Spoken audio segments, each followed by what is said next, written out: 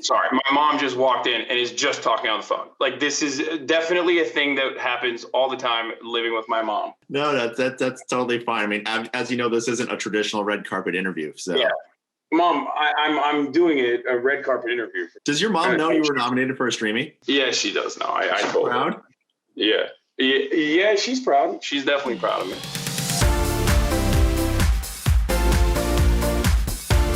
I wanted to first and foremost congratulate you on your nomination in the news category for the Streamy Awards. How did you evolve from gaming to news and commentary?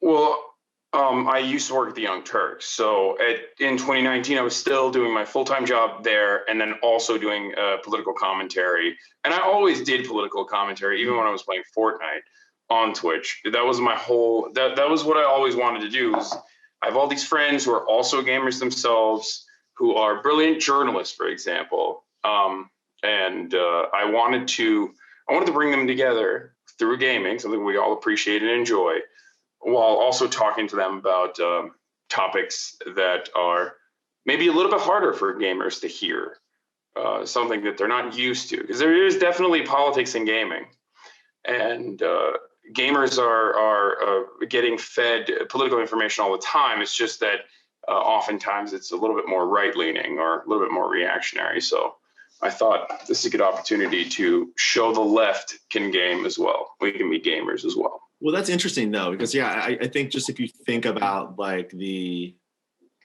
gamer archetype, right? The paradigm as a gamer, it lends to this persona that I think is very much not like a left-wing person, right? Like it doesn't surprise me to hear that. Maybe that's because it's like gun violence, or maybe there's some kind of stereotype that is being perpetuated. In reality, though, like gamers are extraordinarily diverse people who play games, but I think it was a fresh voice to introduce a kind of, you know, liberal perspective into conversation around gaming. Yeah, well, I think the gaming space itself, as you correctly pointed out, is very diverse. And the gamers themselves are very diverse. There's a lot of left-leaning people in the gaming space. There's a lot of liberals in the gaming space.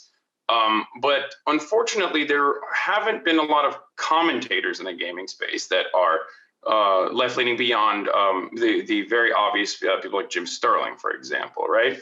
And that was something I realized, because a lot of the people who build themselves as like you know, Gamergate era commentators oftentimes just turned out to be like people who presented them as centrists and presented themselves as people who were just looking at things in a skeptical capacity, but often had a right-leaning point of view.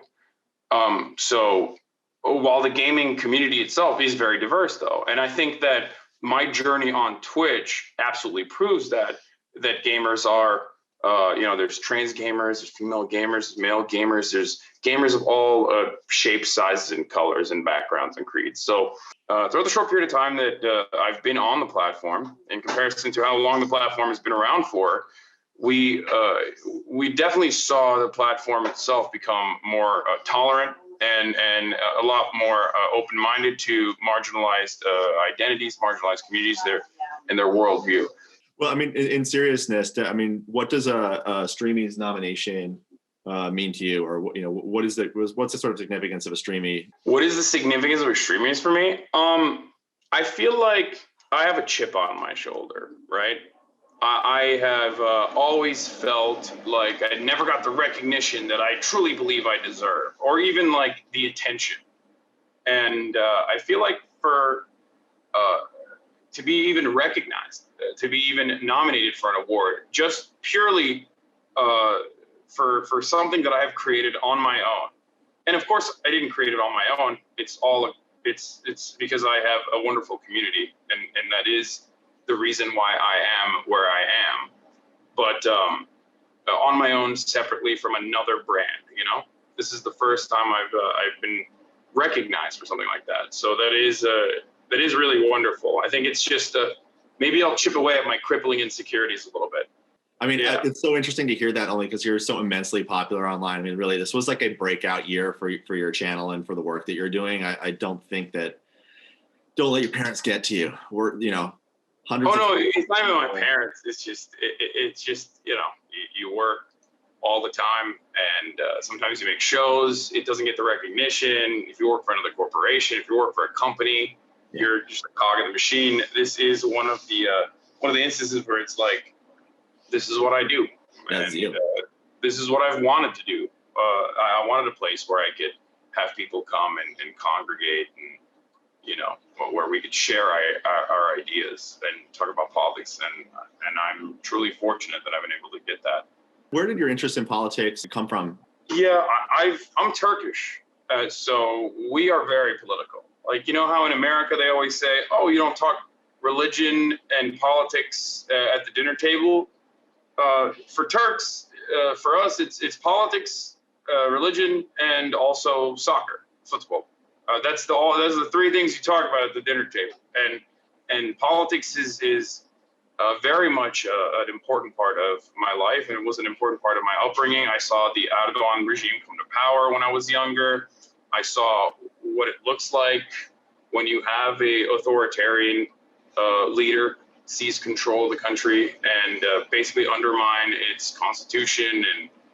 And I've always been very political as a consequence of that growing up in Turkey. So, you know, I've always been interested in it. I saw it firsthand. Like, I saw what happens when a regime changes or when an administration wants to dictate how you live your life. With, you know, Donald Trump getting elected, and did you see? I mean, my political commentary preseason Donald Trump. Like, I was already doing commentary under Obama. I think I was a little disappointed with Barack Obama by the end of his 8 years, by the end of his 2 terms. And I was very critical of Obama as well. But I think more people started paying attention after Donald Trump, which was it was an eye-opening experience for a lot of people, I think. Like, they did have a waking up moment, which is good because this way we don't have a second term for Donald Trump, and it doesn't turn into like an Erdogan situation of like having someone permanently in a position of power. But as far as like triggering moments for me personally, I've always been paying attention to politics, so nothing really sticks out, with the exception, I think, when the DACA protections offered to more than 800,000 young immigrants who came to this country with their parents, not on their own volition, between the ages of 2 to 16, were brought here. And America is the only culture they know, it's the only language they know. And the Obama administration had given them conditional access, basically, a temporary immigration or temporary protection status. And Donald Trump took that back. That was truly a defining moment for me. That and the children in cages, I think, combined with the two, putting children in cages by expanding on an Obama-era program, certainly, but using it as a deterrent strategy specifically to enact cruelty and subject asylum seekers to cruelty, specifically so that they don't come here, they don't seek asylum here, and seeing the people defend it in the way that they did, like being on the internet, reading the comments, seeing how people reacted to me covering these stories and their point of view, it really, I think that was like one of the moments where I spiraled into a bit of a depressive state. I mean, it is heartbreaking to see how desensitized people are. I think like it's the desensitization is what is somewhat horrifying. And I think it's important. Look, this is not your typical red carpet. We're trying to like move you down. Like, what are you working on? Though I do want to ask what plans you have for 2021, anything that it's on the horizon, goals, anything you want to manifest, or simply projects that you want to. Well, hopefully once we get rid of this, or once we reach herd immunity through vaccines, hopefully they're going to start getting widely distributed. It seems like Q3 is when things are going to start opening up again for touring and whatnot. I'm just very hopeful on that end. So hopefully I can go around the country once again, because it was awesome. I love America. I came here. I left everything I know behind to come here when I was 18 years old. obviously. And that's why I always say whenever, conservatives are like, oh, do you go back to your country or you don't love America? I'm like, well, I like it more than you. You were just born here. Like I'm an anchor baby, so I was born here as well. But I literally had to leave everything I know behind to come to America at the age of 18. Like I worked harder to be here than you did, right?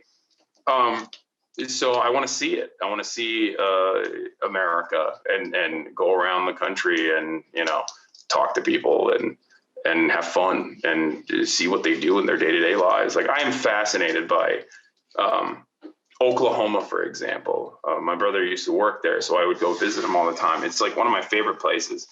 It's wonderful. It's a ridiculous state, destroyed by austerity measures by Republicans that basically treat it as a testing ground. That in Kansas, and I'm a huge fan. Regardless, I love the people of Oklahoma. I love doing random shit like going to a Walmart in Oklahoma is like a really fascinating experience for me as a foreigner, basically.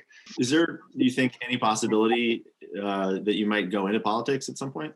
Like become a political figure? Absolutely not. No, I'm not interested in becoming an elected representative. I don't think that I will ever have that opportunity. I think I'm too polarizing. I think my point of view is a popular one, and yet given the liberal media spotlight, because no matter what I do, I'm going to be primarying like a Democrat somewhere. You know what I mean?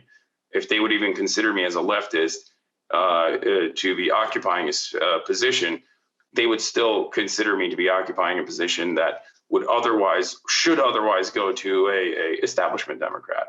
So I don't think I want to open up myself to that world of hurt.